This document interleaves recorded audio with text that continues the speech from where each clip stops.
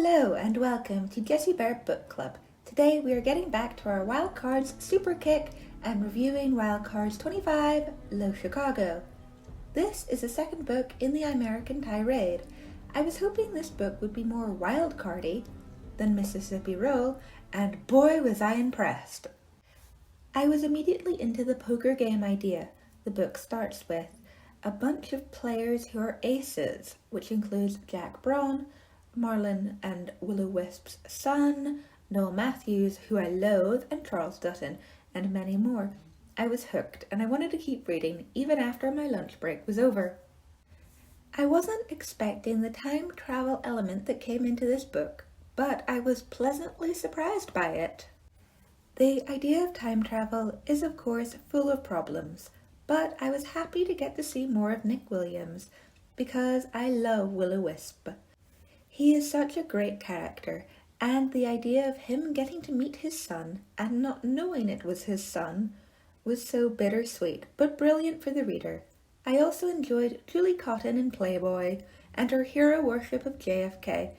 It also brings up the issue of if you could go back in time, what would you change?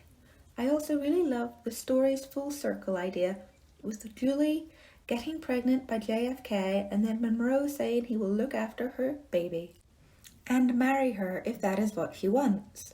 It's all a bit confusing because he believes he is JFK's son. He never really gives Will-O-Wisp that much credit, which kind of annoyed me because they look really similar. Finding out that Mr. Time Travel was Croyd Crenson made my day. I was so happy, I loved it, and him teaming up with Nighthawk was a really good pairing. But one of the personal best bits of this book was when they first go back in time, or second go back in time, and they meet Bertie Wooster and Jeeves. Did anyone else get that reference, or am I just a big P.G. Wardhouse nerd? I didn't really like the Hard Hat story. It wasn't my cup of tea, but I am really looking forward to reading all the American Hero stuff.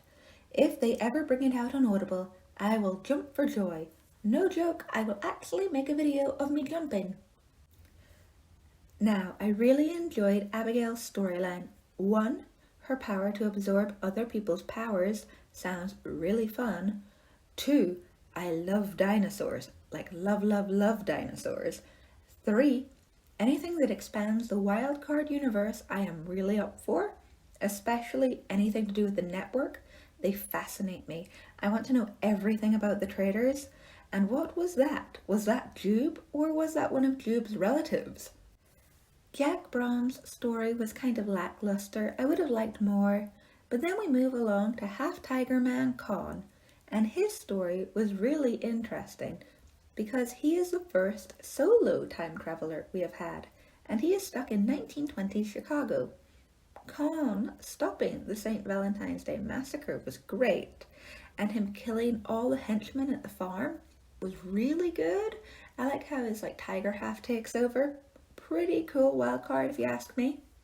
But maybe that's because I'm a cat person. Nighthawk and Croyd in the brothel collecting pug was really great to read. More 1910s brothels, please. John Fortune and Mr. Nobody making silent movies, again, was extremely lackluster. 2 enormous characters, very little storyline. But not everyone can have a massive story in one book, or the book would be massive. I wouldn't complain, but I'm sure the editor, George R. Martin, would. I was very happy that we didn't get a Noel Matthews POV chapter. He feels a lot less self-obsessed from the outside looking in. But picking a nun as the POV character was a little bit of an odd choice. It did work though. As a child, I used to think nuns were extinct because I'd never seen one in real life. Also, the nun sex scene. It wasn't badly written, but Melinda, do you have a nun kink? I'm really sorry, I had to ask. Horses, nuns, you're always writing those weird sex scenes. As for the nun killing Noel, I got it. Noel is a dick, and I thought this was a good chapter to try and emphasize the fact that Noel thinks he can change the world, even though he isn't an actually nice person. I also thought by him trying to make things better, in the moment he was making things worse in the long run was amazing. No foresight on Noel Matthews' part, because he's a horrible human being. The best bit of this book, hands down, was when Croyd and Nighthawk jumped into the dystopian future. It was horrific, but so cool to see. I really loved seeing Chrysalis and Fortunato again. Man, that future was bleak, but seeing Father Squid as a commando was amazing, worth the butterfly effect. I am glad they sorted it all out though and got back to the right timeline.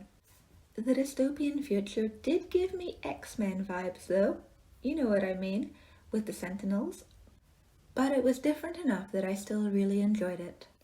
Netia's story in 1803 at the World's Fair was very good, though I had never met her before. I liked her and her dancing power. The way her story interwove with Henry Holmes and his murder castle sent me on a massive Henry Holmes Wikipedia reading spree. I'd never heard of him before, so I really enjoyed that. Also, getting to meet John Nighthawk before he got his power was really good. But Croyd has finally gone off the deep end, with lack of sleep and too much speed. I do love speeding Croyd though, and I thought his idea of going back to help Jet Boy stop the virus outbreak wasn't actually a bad one. He would save millions of lives and stop massive amounts of pain, but if they did help Jet Boy, there wouldn't be a book series, so I guess we're not going to see that anytime soon. I really enjoyed meeting Meathooks. I thought his story about finding love in the Ice Age was very sweet, and I thought Largest Woman and Second were so cute, especially when they rename her Ant Trapper. He finally felt good about his life's purpose, and I was glad he got to stay.